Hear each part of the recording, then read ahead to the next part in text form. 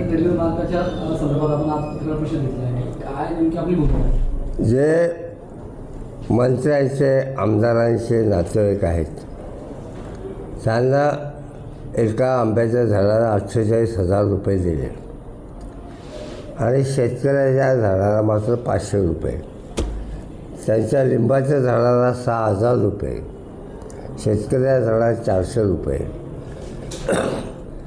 हा जो शेतकऱ्यांमध्ये भांडणं लावण्याचा कार्यक्रम सरकारने हाती घेतला आहे तो ताबडतोब बंद झाला पाहिजे. आणि आमची काही मागणी नाही, आम्ही रेल्वे मार्गाला आनंदाने जमिनी देऊ, पण तुम्ही राष्ट्रीय महामार्गाचा एक भाव आणि रेल्वेचा दुसरा भाव करता हे काही संयुक्तिक नाही. खरं झालं माझ्या शेतात असली काय आणि तुमच्या शेतात असली काय, सीताफळाच्या झाडाला सीताफळच येईल, काय रामफळ येणार नाही. मग तुमचे भाव ठरवताना वेगळा दर आणि आमचे भाव ठरवताना वेगळा दर, ही तफावत दूर झाली पाहिजे.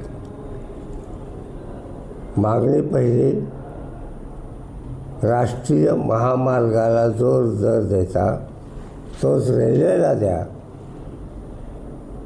आणि ज्या शेतकऱ्याची 40 आर 1 एकर पर्यंत जमीन जाईल त्या शेतकऱ्याच्या घरामध्ये एक नोकरी द्या.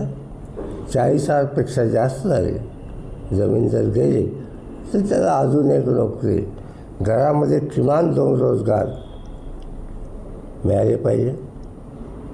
आणि जे शेतकरी भूमिहीन होणार आहेत त्यांना नुकसान भरपाई द्या आणि त्याच्यामध्ये तेवढी जमीन द्या. तेवढा उल्लेख करून द्या बस.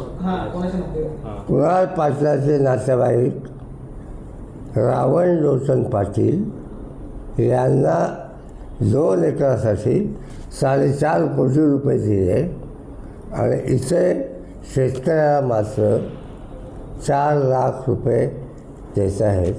हा जो अन्याय केलेला आहे तो बंद झाला पाहिजे.